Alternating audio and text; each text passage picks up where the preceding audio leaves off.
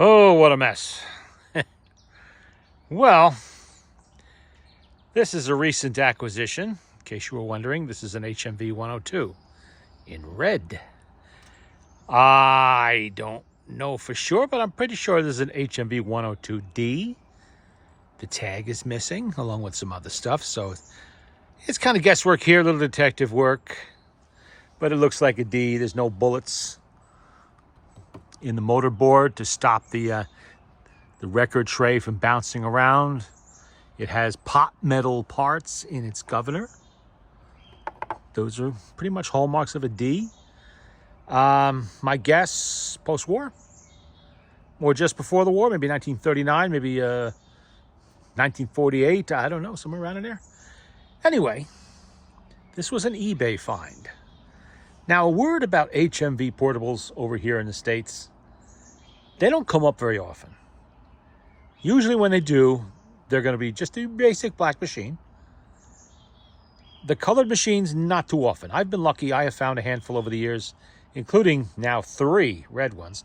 I did sell one red one. I still have one red one, and here's another red one. The red is, for some reason, the most popular color, I think. It's not the rarest by any means, but it is always a popular color choice. So it's pretty rare to see one pop up. And I actually let this go when I saw it for auction. You know, give somebody else a chance to pounce on it and make a project out of it. You know, I don't want to be greedy. I've had enough. But when I saw it not sell, I mean, no bids, nothing. So fine. And it was properly described and all of that. You know, you could find it on a search. So fine. I waited until the very end of the auction cycle. Nobody bid on it. So I put in a bid.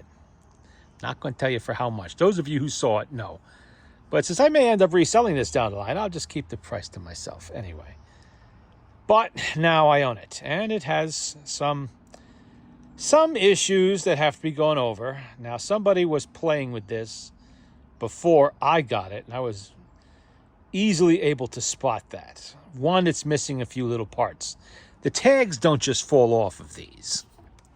Tag goes right there with those 2 little tacks are there. It's nice and neatly removed. Somebody took it off. Probably had another machine with a damaged or unreadable tag and used this one for parts. The spacers between the motor and the motorboard were missing. And we discovered these are not the correct screws. These are new screws. These are not HMV motorboard screws or motorboard washers. So those will have to be... Luckily, I have parts machines and I can replace these parts. Those had been swapped out. Somebody did a WD-40 rebuild on the motor. How do I know this? I can smell it. My nose works. I can smell it. The WD-40 has a distinct odor. If you've used it as much as I have on various things, mostly for displacing water, you'd know the smell on sites. It's like Coil has its own smell. They all do. And you can smell it pretty strong when I opened up the motorboard. They obviously had taken the motor apart. It was probably gummed up solid because it wasn't all that free when I tried to play with it. They did not clean out the spring barrels. They did not clean the spring. What they did was pop out the spring barrel off of its little shaft there, spray a bunch of WD-40 inside to try to loosen it up, and then, you know, obviously that did not work very to their satisfaction or mine. You can't do that. You just can't. Okay, you have to take the spring out or have somebody do it. If you don't do that, it's never going to work right. It's going to thump and bump. It's not going to have the power it should. And let me tell you something about the 100, the 101, and the 102 HMV portables. These are the smallest springs used on Victrolas, pretty much, or HMVs. That's 1 inch, I think, at most by 13 feet, probably 12 feet, actually. It doesn't have a huge amount of power to start with. Now here we are 70, 80, 90 years later, and this just is kind of weak. It's like a limp noodle. It doesn't have the punch it should. Luckily, I have a new one in stock, and I'm getting rid of the old spring. It's an original HMV spring. And if you don't take the springs out of the barrels, you miss important things. Like that. See that on the end of the spring there? That is rust. Rust in an area you really don't want to have rust, because if it rusts enough there, it will rust right through and split the end. Now you have a completely broken spring. A simple cleaning would turn that up. Pulling it out of the barrel. And by the way, if you pull one of these springs out of the barrel, make careful note of the direction of rotation, because this does have the pear-shaped hole in the end. It is possible to install these backwards. So you want to make sure you don't do that. My suggestion, use your cell phone camera, snap a picture before you take the spring out, and then refer to it later when you put the spring back in. Just to be sure. You've done it 1,000 times. I've done it 1,000, well, not 1,000 times. I've done it a lot. But I always take a picture anyway, just so my faulty memory can have reassurance that I did put it in correctly. Anyway, this is a nasty, pasty mess, and there's no way that's going back in there. You know, why bother to rebuild the machine at all, or the motor, if you don't take the spring out and clean it properly. So obviously they were unable to get the motor to work satisfactorily, so they figured, you know what, we'll just use this for parts or something else and pass it off down the line. One thing I did find, and this is something else, it should not be in a 102D, but it was in this case. Look at this nice reproducer. Yeah. This is a 5A reproducer. There it is, 5A. That should be in a 102C, one of the earliest ones. Well, the earliest ones have the 16, but you know the C's mostly have these, the 5As. They were changed. What year did they change them? I want to say it was 1936 or 7 or 8, somewhere in there. They were changed over to the 5B. They modified the back a little bit. They changed a few other little things. And those are usually found in better shape than most 5As. For some reason, the pot metal on these 5As has a tendency to crumble. This pot metal is rock solid. The paint is still nice. Look at that. I mean, it needs a new gasket, but I don't care about that. I have those. For those of you who don't know, a Victor orthophonic gasket for a Victor orthophonic reproducer is a direct interchange to this. It doesn't have this little lip that comes up over the top. That's fine. You don't need it. It goes right in there, just like a Victor orthophonic. And you don't have to import one from Europe if you're in the States or something like that. You can get those from all the U.S. parts suppliers. Anyway, this was in there in really nice shape. The last time I got lucky enough to find a decent 5A, I had to buy it on UK eBay, and it cost me more than I paid for this entire machine. Anyway, although that one was really nice too. I figured, well, it looks too good. Something's got to be wrong with it. And I was right. The screws here came right out. I popped the back off. It was not swollen. It came right out with no effort at all. And underneath, in there, I found a whole bunch of bug carcasses, bits of felt, paint chips from the horn, all kind of wedged in there. I 100% guarantee you, I should have tested it before I took it apart. Anyway, I guarantee you that was causing a really nice buzz. And the guy didn't want to deal with it. I guess his other machine must have been a 102C. Though I don't know why he would change the placard on it. Well, it doesn't matter. And he swapped this out for the B that was on this one. That was probably working fine. I don't care, because this is really nice. And we'll test that, in good time. Although I see absolutely no reason why it won't. But now that I've taken all the dead bugs out of it, why it won't perform like it should. Being a D, it has the pot metal body in the governor. Now, this one was stuck frozen, solid. You could not move it. It has to, I want to do it. See how it's moving up and down? It has to be able to move so that when this starts spinning up, the spring weights cause the springs to contract, and it pulls the brass disc into the leather, the friction leather, so you can control your speed. Very common with these later reproducers.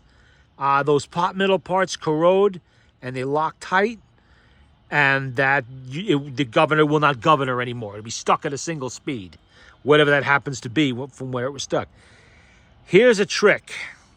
It is possible to take out that shaft from that reproducer body and install it in a Victor Victrola all brass reproducer body, and it'll work just fine. I've done that more than once.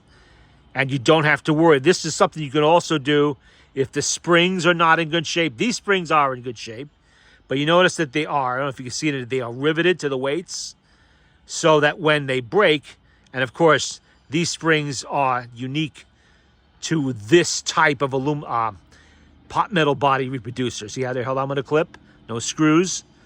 Well, the governor bodies for the Victors are rebuildable. They're all screwed together. And you can get the hardware, you can get the springs, you can get the weights very easily for them, for any of the part sellers in the United States, and probably the UK also. I'm sure because the earlier HMVs all used the Victor style of governor, not this. So I'm sure you can get them over there too. But I thought I was going to have to do that here, but no, a little coil, and she actually loosened up. But the key here is whoever was trying to get this motor going did not think to do that or even check it. So even if they had gotten lucky with the spring, it still would not have performed well at all because their governor was stuck. And another thing here, I can't really demonstrate it here too easily one-handed, but there is a big screw there. See that big screw? Okay. That big screw can sometimes loosen up. When it does, all that screw does, it holds this shaft right here, into the body of the reproducer. When that screw gets loose, this can come out. The reproducer, I keep saying that, the governor could start sliding around on the shaft, and that will not work either. Might even come apart. That's not a good thing, especially when it's up to speed. So you always have to check the tension on that screw. This screw is loose. It's moving around, not to the point where it's going to come off yet, but it definitely was moving around. I'll have to correct that. But there's no corrosion on there. That's what's amazing. This is actually the first time I've ever had one of these stupid pot metal governors on an HMV that's actually still good enough to use. There's no reason why this cannot be reused. Everything's good. So that's good there. That was a pleasant surprise. The spring, not so much. The rest of it is pretty common stuff. I mean, it all needs to be cleaned. You can see how dirty that is. You know how dirty this is. All needs to be scrubbed and cleaned thoroughly. Never put a motor back together when it's looking like this. You know, if you take the time, and obviously this motor was out. If they managed to lose all 4 of the motorboard screws and the spacers, that means this motor was out. So they had opportunity to take it apart. In fact, they did have it apart. They could have cleaned it. They chose not to. It could have been a good motor for them. You know, they could have easily fixed this machine if they knew what they were doing. I'm assuming they didn't know what they were doing. That's my assumption here. Don't know for 100% sure because I don't know who originally was working on this. At least they managed not to lose the ball bearings. In that bearing cup, let me get my pointer and I'll point it out. Right here, in that little brass cup, there rides a tiny, let's see, can I see it in there? I don't know where it is. It's somewhere lost in the nuts and bolts. But there is a tiny ball bearing in here. Don't lose it. Don't want to lose that because that shaft has to be, you know, it can't be slopping up and down. You need that bearing in there, and it's very often lost when these motors are taken apart by people who simply just really don't know what they're doing, that's all. They don't know what's there. They don't realize it. They turn that piece over, or when they're cleaning it, the ball bearing falls out. They don't realize it happened. They put it back together and wonder why things aren't working like they should. There's also ball bearings in both of the bearing cups on the governor, either end of the governor. Those are usually stuck in there, but never bank on that. Sometimes they can be so loose that they actually can fall out. And if that happens, you're going to be screwed trying to find replacements because while some of the part sellers do have replacement bearings, at least for the Victors, they don't always have the smaller ones. And I don't know. I guess they work, but I have noticed a small discrepancy in the ball bearing size between a Victor original and the reproductions. I guess if you have nothing else, you can use them. But luckily, I have enough parts motors that I can usually source. When I have, like the last machine, I had a bad bearing. The little ball bearing had a flat spot. I had to source that from extra parts that I had, and I did find a good one. If you don't have that option, then you will have to go with the new one. You cannot go without, okay? You cannot go without. You need to have that bearing in there. There's 3 ball bearings in these motors on the plate and on either side of the governor shaft in the little cups that go on these shafts here. right through them. Okay, what else? Now, motorboard, except for the missing plate, is actually pretty good shape. There's no issues there. It's clean. The metal is not rusted. Look how nice the plating is on the brake. Everything's good there. So that will, let's set that aside on the horn. That's not an issue. Here, we do have some issues here. We have a loose joint right there. That's gluing and clamping. That's all that is. Some of the Rexine is going to need some minor repair. I can help that a little bit. It's not going to look new, but I can definitely help that. Let's see. Here in the back, you can see what happened here. This is loose. There's a missing screw there. Maybe they took it, maybe not. Some Rexine is a shrinkage back here. A little piece is missing. The joint is not loose there, but you can see the Rexine has suffered. The little bumpers, I guess you call them, that go there. I guess somebody might have tried to glue it back in. I don't know. They're missing. I will try to find something I could put in there. If not, I'm not hugely worried about it. Okay, the guide pin cups are both there.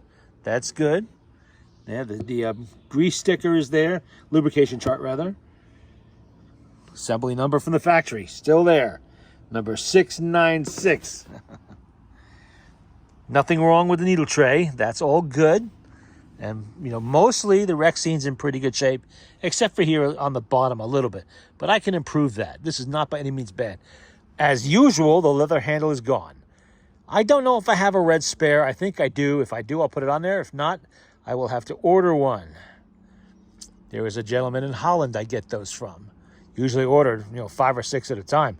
I think last time I did order a red one, just in case I had another red machine. Well, now I will be able to use it. Okay. And on the top, we have a few more issues here. Missing the plaque that goes there, the square plaque that goes there that says His Master's Voice with the all of that. That's missing. Don't know where I'm going to source that yet, but one will eventually come along, or I would just leave it off. Frankly, it does not affect how the machine works. Just unsightly. The upper part of the clasp is missing, and somebody has gotten creative. I really wish they hadn't done that, but I have that part. I can put it back. It can be rebuilt. So it will be. And here, we have a separation over here. You can see that's going to have to be glued. That's loose. The only thing holding that together is the winding key cup right there. That was holding it, giving it a little stability. The winding key itself is missing. That did not come in the machine. I assume they needed it. Fortunately, I have a spare. So that's not going to be a problem. The hinge looks nice. It's not all rusty. It's not bent and cracked and everything else. That'll clean up. That's very nice. This is just gluing here. A little Elmer's wood glue and some clamps, and that'll be good as new. No problems. You run into this sort of thing all the time. And you can see it's in good shape. So that's not that bad. Turntable felt still looks pretty good. The horn is all right. The paint is chipping a little bit inside the horn. That's normal. They all do that. So let's see what else. That's pretty much it. It's just a preliminary look at this machine that popped up on eBay. And like I said, they don't do it very often. Only a handful of times over the years have I found a colored HMV-102 or 101. Or even, the black ones I have found a little more frequently, but the color ones not so much. And usually they're not always affordable. Some people have a very much inflated idea of what their things are worth, or these are. It's always the green ones. You notice that? The green ones, I'm told, I read this somewhere, that the green was one of the harder colors to find. I don't know, because I've had several greens in the past. It's green 101 I'm looking for somebody that I haven't really come across, at least not at a reasonable price. But green 102s, I've had at least 2 of them over the years. I may still have one. I don't know. I'll have to look. I forget. I lose track. I must have probably 15 of these things.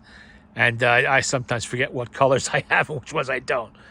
But I was really surprised that someone didn't jump on this on eBay. I fully expected someone to do that. But I guess a lot of U.S. collectors maybe don't know the quality of these machines, how good they are. You know, they think it's a later model. They think it's equivalent to what was being made here in the U.S. in the 1930s and 40s as far as portable, like Victrolas and all that, where the RCA owned the Victor name by that point.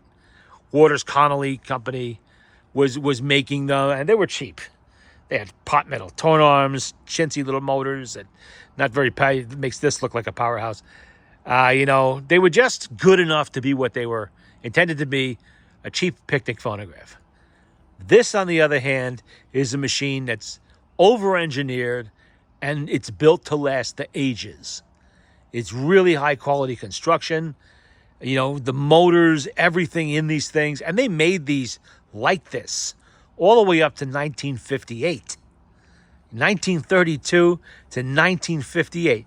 There were minor changes along the way, but nothing huge. You know, they were still basically the same machine in 58 as you were buying in 1934, the year that they started putting the wood motor boards in the machines and phased out the metal ones. So, you know, this is high quality. You don't, if you want a portable phonograph, this is what you want right here. It's just the right weight. It's just the right size, and it will outlast humanity, very likely.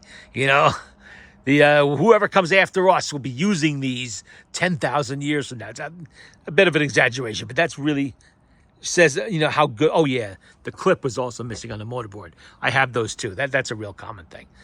They break, they get lost, they fly across the room and take them off. But these machines will be around forever as long as you can keep the pot metal reproducers functioning. And as I believe I said in another video, if you cannot locate an HMV reproducer, you can locate a Victrola orthophonic reproducer.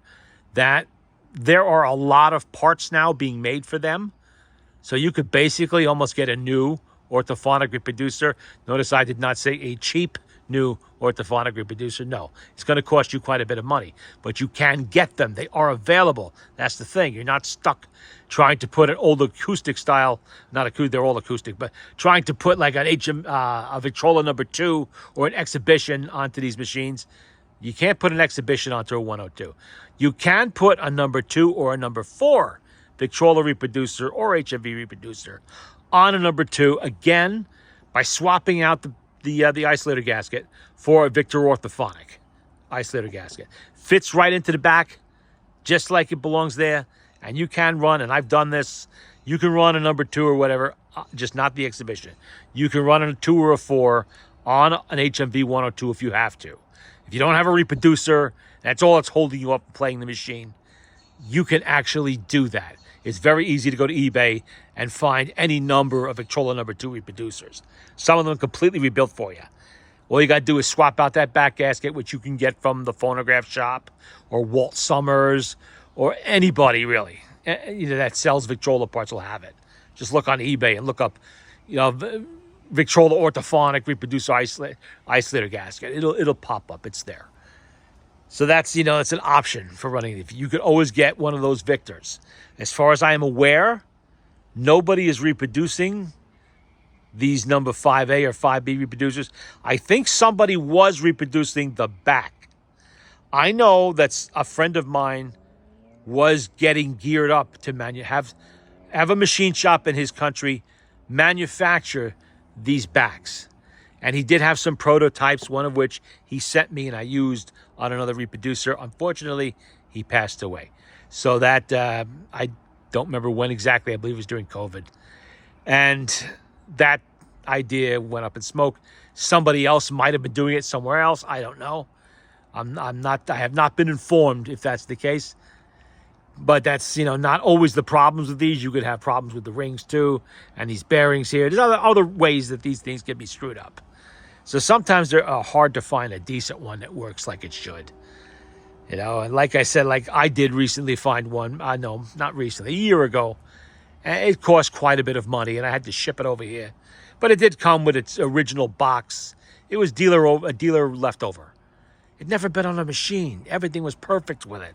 And it had seen perfect storage. You know, it's so nice. I haven't even put it on a machine yet. It's just too nice for that. You know, I have to pick the perfect machine to put that one on. But anyway, there's always options to these. You can find something. Because though the reason why these are different gaskets from that used on the Victrola number 2 or Victrola number 4 reproducer is this has the fat tone arm. Somebody bent that one a little bit, didn't they? Yeah, they did. Look at that, it's bent. Well, we'll take care of that. Anyway, this is the fat tone arm. It's a little bit fatter than the one used on the HMV-101 or the HMV-100. A little bit bigger, you know, all around. Just an improvement that they made for the 102. It's similar to what Victrola did with the fat tone arms they started putting on a lot of their machines. I believe, when was it? 1918. In 1918. Well, there you go. I think we've covered everything. But that's a disassembled HMV 101. Probably a D. Can't be 100% sure, but very likely is. And there you go. Take a good look. That's what your 102 would look like if it exploded.